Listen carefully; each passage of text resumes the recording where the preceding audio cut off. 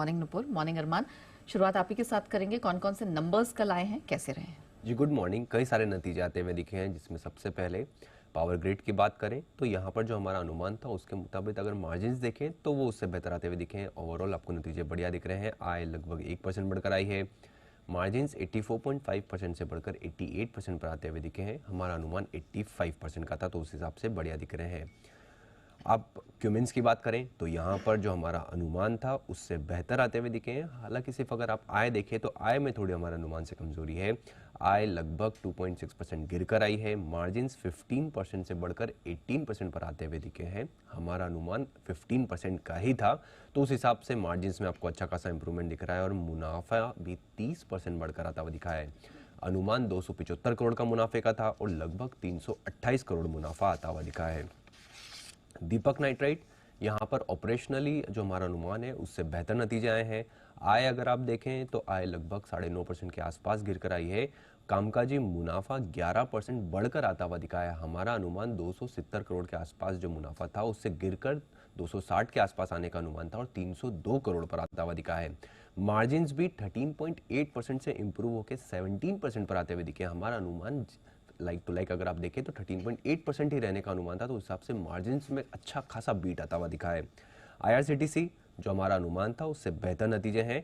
आय लगभग 23.5% बढ़कर आई है। मार्जिन्स 37.8% से कम होकर 36.8% आए हैं। अनुमान भी गिरने का ही था, पर अनुमान था 34.7% का, तो उस मुकाबले अनुमान से बेहतर मार्जिन्स आते हुए यहाँ पर भी दिखे हैं। श्री सीमेंट यहाँ पर अगर आप देखें ओवरऑल हमारे अनुमान के मुताबिक ही नतीजे आते हुए दिखे हैं। हालांकि अगर आप मुनाफा देखें तो वो अनुमान से बेहतर आया है। आय लगभग 21% बढ़कर आई है। मार्जिन्स 13.8% से गिरकर 19% बढ़कर, माफ कीजिएगा, 19% पर आते हुए दिखे। अनुमान देखिए लगभग 19.5% का था। और कामकाजी मुनाफा जो अनुमान था 875 करोड़ का, लगभग 870 करोड़ पर आता हुआ दिखा है। अपोलो टायर्स यहाँ पर अगर आप देखें तो एस्टीमेट्स जो थे उसके हिसाब से आय वहाँ पर एस्टीमेट से थोड़ी सी कमी है। बाकी अगर आप देखें तो हमारे अनुमान से बेहतर आते हुए दिखे हैं। आय लगभग 5.5% बढ़कर आई है। मार्जिन्स 12% से इंप्रूव होकर 18.5% पर आते हुए दिखे हैं। अनुमान भी इंप्रूव होने का ही था, पर 17% का था, तो उस हिसाब से मार्जिन्स में अच्छा खासा बीट आता हुआ दिखा है। और अंत में बलरामपुर चीनी, यहाँ पर अगर आप देखें आय लगभग 38% बढ़कर आई है। और कामकाजी मुनाफा देखें तो जो पहले घाटा था कंपनी को लगभग 16 करोड़ का, इस बार 175 करोड़ का मुनाफा आता हुआ दिखा है। हालांकि अनुमान 190 करोड़ के आसपास का था। और मार्जिन्स अगर आप देखें तो लगभग 10.7% के आसपास जो है वहां पर आते हुए दिखे। तो ऑल इन ऑल कह सकते हैं कि नंबर्स यहाँ पर ठीक ठाक ही रहे हैं। कुछ केसेस में अगर रेवेन्यू छोड़ दें तो otherwise numbers have been pretty good. चलिए नुपुर, अब आपकी बारी आती। कुछ बड़े नंबर्स आते दिख रहे हैं। बाटा है, लुपिन है, पिडिलाइट है, क्या क्या एक्सपेक्टेड है, जरा बताइए। बिल्कुल, पिडिलाइट के साथ शुरुआत करते हैं। यहाँ पे अगर आप नतीजे देखें तो आय के फ्रंट पे आपको 5% की ग्रोथ आती हुई नजर आ सकती है। कामकाजी लेवल पे देखेंगे तो आपको स्ट्रॉन्ग ग्रोथ दिखेगी, क्योंकि कंपनी के जो रॉ मटेरियल है वो उनके प्राइसेस काफी हद तक घटते हुए दिखे, जिसका इम्पैक्ट आपको पॉजिटिवली ऑपरेशनली परफॉर्मेंस में नजर आएगा। 34% से इस बार एबिटा लेवल पे आपको मुनाफा बढ़ते हुए दिख सकता है। मार्जिन भी देखें तो 16% से बढ़ के 21% के हो सकते हैं। मुनाफा भी अगर आप देखें तो 35% की ग्रोथ का अनुमान यहाँ पर भी लेके चले। डोमेस्टिक वॉल्यूम ग्रोथ पर रखनी है नजर, क्योंकि 3 से 4% का यहाँ पे अनुमान है कि बढ़कर आ सकती है। मैनेजमेंट की कमेंट्री डिमांड और मार्जिन्स को लेकर काफी इंपॉर्टेंट होने वाली है। ग्रॉस मार्जिन्स में 600 से 700 बेसिस पॉइंट का फायदा आपको मिलेगा, क्योंकि रॉ मटेरियल वैम के जो दाम है वो भारी गिरावट वहां पे आते हुए दिखे, जिसका फायदा आपको ऑपरेशनल लेवल पे इस क्वार्टर में आते हुए नजर आएगा। बाटा की बात करें तो यहाँ पे थोड़ी रिकवरी की उम्मीद है, लेकिन थोड़े सुस्ती रहने वाले हैं नतीजे। थोड़ी रिकवरी आप बोल सकते हैं कि यहाँ पर आती हुई नजर आ सकती है। आई के फ्रंट पे तो सिर्फ 4% की ग्रोथ का अनुमान है, लेकिन कामकाजी लेवल पे देखेंगे तो 12% की ग्रोथ यहाँ पर लेके चल रहे हैं। मुनाफे में 180 करोड़ का मुनाफा आ सकता है। मार्जिन में एक्सपेक्टेशन है कि जो है एक्सपैंड होते हुए आपको नजर आएंगे। 19% से बढ़ के 21% के मार्जिन हो सकते हैं। और मुनाफा भी देखें तो 11% बढ़कर इस क्वार्टर में आने का अनुमान लेके चल रहे हैं। थोड़ी रिकवरी की उम्मीद है, जैसे कि मैंने कहा। हालांकि पिछले 10 साल में बाटा ने कोई इतना वॉल्यूम ग्रोथ दिखाई नहीं है, 0% वॉल्यूम ग्रोथ रही है 10 साल में, तो हल्की रिकवरी यहाँ से लेके आप चल सकते हैं। 53% के ग्रॉस मार्जिन का अनुमान है। एवरेज सेलिंग प्राइस में बढ़त से आपको ओवरऑल परफॉर्मेंस थोड़ी बेटर आती हुई नजर आ सकती है।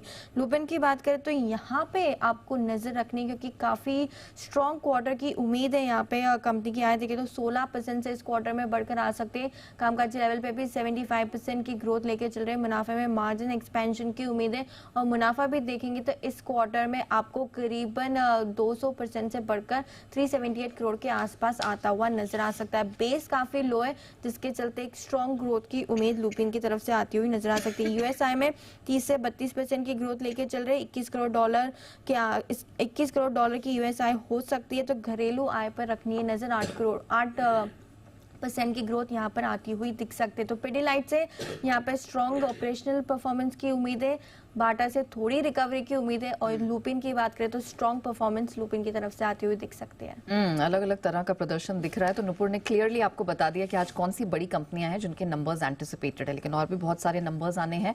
तो अरमान, अब आपकी बारी आती है, जरा बताइए और कौन कौन से नंबर्स दिखेंगे एंड ऑफ कोर्स खबरों के दम पर कहाँ कहाँ एक्शन रहेगा। बिल्कुल, आज भी कई सारे नतीजे हैं। एफ&ओ में आप बात करें, बाटा इंडिया, जीएनएफसी की बात करें, Lupin, MCX, power finance, Pidilite industries और कई सारी कंपनियां जिनके आपको नतीजे आते हुए दिखेंगे।